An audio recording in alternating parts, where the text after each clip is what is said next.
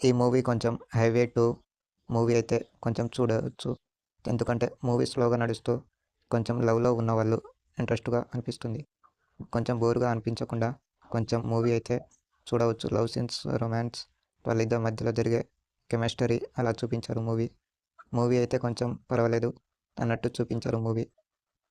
Movie అయితే కొంచెం స్లోగా నడుస్తూ లవ్ గురించి ఎక్కువ తి టాపిక్ తీసుకొని తీశారనుకుంటున్న మూవీ. అలానే చూపించారు మూవీలో. ఇద్దరి మధ్య కెమిస్ట్రీ అయితే బాగానే ఉంది మూవీలో. లవ్ సీన్స్ అయితే బాగానే ఉంది. ఇంకా దీంట్లో సెంటిమెంట్ సీన్స్ కూడా పర్వాలేదన్నట్టు చూపించారు మూవీలో.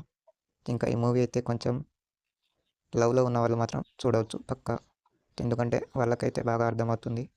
ఇంకా మూవీలో అయితే ఈ మూవీ మీకు అర్థమవ్వాలంటే పార్ట్ 1 ఈ మూవీ చూస్తేనే పార్ట్ 2 ఈ మూవీ అర్థమవుతుంది. లేకపోతే డైరెక్ట్ ఇదే మూవీ చూస్తే మీకు ఏమీ అర్థమవ్వదు. ఏంటి ప్రాబ్లమ్, ఏంటి సొల్యూషన్ అని లవ్‌లో ఉన్న వాళ్ళకి ఏమీ అర్థమవ్వదు. మొదటి పార్ట్ చూస్తేనే ఈ పార్ట్ 2 చూడండి. అయితేనే మీకు అర్థమవుతుంది మూవీ. అడల్ట్స్ కంటెంట్స్ వీడియోస్ ఏమి ఉండవు.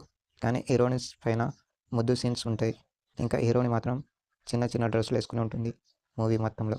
హీరో కూడా పర్వాలేనట్టు కనిపిస్తాడు కానీ మూవీ అయితే పర్వాలేదు. లవ్ సీన్స్ అయితే పర్వాలేదు. ఇంకా బ్యాక్గ్రౌండ్ స్కోర్, నటీనటునులు బాగానే చూపించారు. ఈ మూవీ మొత్తం లవ్ సీన్స్ పైనే నడుస్తూ ఉంటుంది. ఎక్కడ బోర్ అనిపించకుండా కొంచెం స్లోగా, నిదానంగా నడుస్తూ ఉంటుంది.